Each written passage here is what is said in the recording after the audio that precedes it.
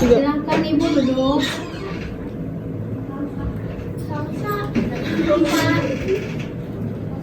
Gimana Ibu kabarnya? Sehat?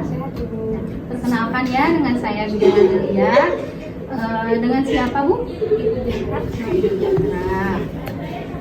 Ibu Jahra. Ada keperluan apa Ibu kesini? Saya mau konsultasi KB. Tentang apa? Emang Ibu punya anaknya berapa Bu?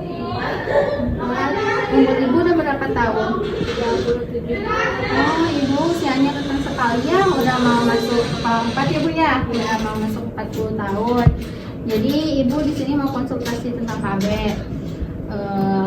Di sini saya mau, bukan menyarankan ya, harusnya Ibu sekarang memakai KB-nya yang MOW, metode operasi wanita. Udah tahu Bu tentang MOW itu apa? Nah, di sini ya ada tentang definisi MOW. MOW adalah metode kontrasepsi untuk perempuan yang tidak ingin anak lagi Ibu. Jadi cukup aja Ibu tidak akan mempunyai anak. Nah, kelebihan MOW di sini ada poin-poinnya, sangat efektif, tidak mempengaruhi proses menyusui, tidak bergantung pada faktor senggama. Terus ada baik bagi klien, terus ada pembedahan sederhana, tidak ada efek samping jangka panjang, dan tidak ada perubahan pada fungsi seksual. Jadi di sini Ibu ya, MOW itu sangat efektif. Terus di sini juga Ibu tidak menyusui ya Bu ya, tidak pada besar ya anaknya. Ya. Terus tidak bergantung juga ke senggama, terus juga buat Ibu. Terus di sini juga efek sampingnya tidak jangka panjang. Dan fungsi seksual juga tidak mempengaruhi ya Bu ya, jadi aman aja. Nah, di sini ada juga kekurangan MOW. Di sini ada beberapa poin. Kekurangannya ada risiko dan efek samping pembedahan. Terus ada kadang-kadang sedikit merasa nyeri pada saat operasi, infeksi mungkin saja terjadi bila prosedur operasi tidak benar, dan kesuburan sulit kembali. Terus ada harus pertimbangkan karena sifat metode kontrasepsi ini permanen. Nah, jadi Ibu harus mempertimbangkan dengan suami Ibu ya. Terus ada juga klien dapat menyesal di kemudian hari, jadi Ibu harus benar-benar matang tentang pemilihan metode KB MOW ini. Dan resiko komplikasinya kecil, terus rasa sakit atau ketidaknyamanannya dalam jangka pendek setelah tindakan, terus dilakukan oleh dokter yang terlatih ya Bu ya, ini dilakukannya, dan tidak melindungi diri dari IMS atau HIV. Nah, di sini ada syarat-syaratnya untuk memakai KB MOW. Yang pertama ada syarat-syarat menjadi akseptor MOW mengikuti syarat sukarela. Ada juga syarat sukarelanya ada 4 ya Ibu ya, harus terpenuhi itu. Terus ada setelah 4 syarat yang tadi terpenuhi, belum berarti mereka dapat melakukan MOW. Jadi Ibu juga harus ada syarat bahagia ini terpenuhi, syarat medik kemungkinan dipertimbangkan juga dengan keluarga ya Bu. Terus ada indikasi MOW juga. Di sini ada indikasi medis umum, ada yang gangguan fisik, ada juga yang gangguan psikis. Nah, di sini juga ada indikasi medis obstetrik, terus ada indikasi medis ginekologi, dan ada indikasi sosial ekonomi. Nah, di sini juga ada kelainan medik tumbektomi, bisa mengalami anemia, infeksi kulit di daerah operasi, kanker ginekologi, trombosis vena dalam. Terus ada juga kualifikasinya, ada diabetes mellitus, penyakit jantung, hipertensi, kelainan pembekuan darah, obesitas, terus ada hernia dan perut sayat-sayat ganda ya. Nah, kapan sih waktu pelaksanaan MOW? Nah, di sini ada beberapa poin. Yang pertama, ada setiap waktu selama siklus menstruasi apabila diyakini secara rasional klien tersebut tidak hamil. Nah, bisa dilakukan dengan ibu mengalami menstruasi ya.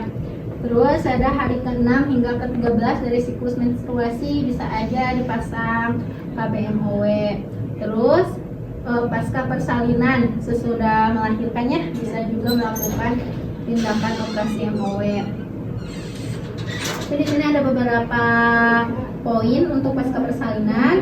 Ada mini laparotomi dalam waktu 2 hari atau setelah 6 minggu atau 12 minggu. Ada juga laparoskopi, tidak tepat untuk klien pasca persalinan. Ini tidak tepat ya. Terus poin yang keempat ada pasca keguguran, itu juga bisa dipasang atau bisa melakukan operasi MOW. Nah, di sini ada cara-cara sterilisasi dengan MOW, Bu. Nah, ada 3 kayaknya. Yang pertama dengan memotong saluran telur, nih seperti ini. Ini tuh bakalan dipotong, Bu. Kayak cara seperti itu ya. Yang kedua dengan membakar saluran telur dengan menggunakan aliran listrik, dengan menggunakan fulgurasi, koagulasi, kauterisasi. Nah, itu dilakukan dengan dokter ya, Bu ya. Jadi ininya dibakar. Terus yang ketiga dengan menjepit saluran telur, bisa juga dijepit dengan menyumbat dan menutup saluran telur memakai bahan kimiawi seperti perat nitrat, plastik, semporida, quinacrin dan sebagainya. Nah, di sini juga ada tindakan pendahuluan guna mencapai tuba dapat dilakukan dengan cara laparotomi, laparotomi postpartum, mini laparotomi, laparoskopi, koldoskopi, kolpotomi posterior, ovarektomi, histerektomi, tubektomi, dan fibroidektomi. Nah, cara penutupan tubanya ada oklusi tuba, cara Irving, cara Aldrich, ada cara Uchida, cara Kroner, pemasangan cincin Pavlov, pemasangan klip, cara radiasi, dan cara kauterisasi ya, Bu ya. Nah, di sini ada prosedur MOW-nya. Prosedurnya ada mini laparotomi interval seperti itu. Terus ada mini laparotomi pasca persalinan langsung ya dioperasi dengan dokter. Terus ada anestesi pada MOW. Nah, ini di sini juga ada instruksi pada klien setelah MOW. Jadi nanti ibu sudah pemasangan MOW, sudah dioperasi. Jadi ibu harus menjaga luka operasi tetap kering hingga pembalut dilepaskan. Terus hindari hubungan intim hingga merasa cukup nyaman. Jadi jangan langsung ya berhubungan, Bu. Terus ada juga hindari mengangkat benda berat dan bekerja keras selama 1 minggu. Jadi ibu harus full istirahat aja 1 minggu itu. Terus ada kalau sakit minumlah 1 atau 2 tablet analgesik yang diberikan oleh dokter tersebut ya. Terus ada juga jadwalkan kunjungan pemeriksaan secara rutin antara 7 dan 14 hari setelah pembedahan tersebut. Bisa kontrol lagi ibu.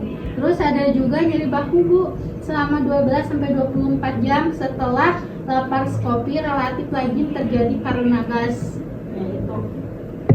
Nah, di sini juga ada metode operasi wanita efektif setelah operasi. Terus ada periode menstruasi akan berlanjut seperti biasa. Dan terakhir MOW tidak memberikan perlindungan terhadap IMS termasuk virus AIDS. Ya, tidak ada hubungannya dengan itu. Terus yang terakhir di sini ada rekanalisasi tuba falopik. Teknik ini tidak saja menyambung kembali tuba falopi dengan baik, tetapi juga menjamin kembalinya fungsi tuba.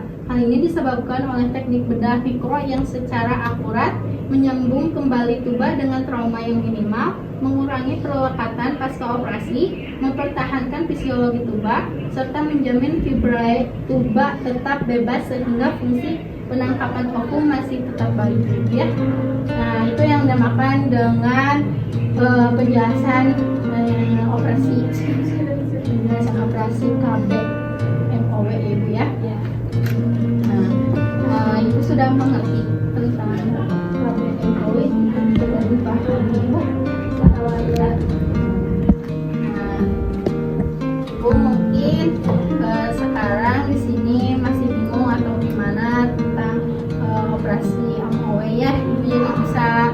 diskusi lagi dengan keluarga atau baiknya dengan suami ibu atau orang tua ibu baiknya gimana. Nah, untuk saya mah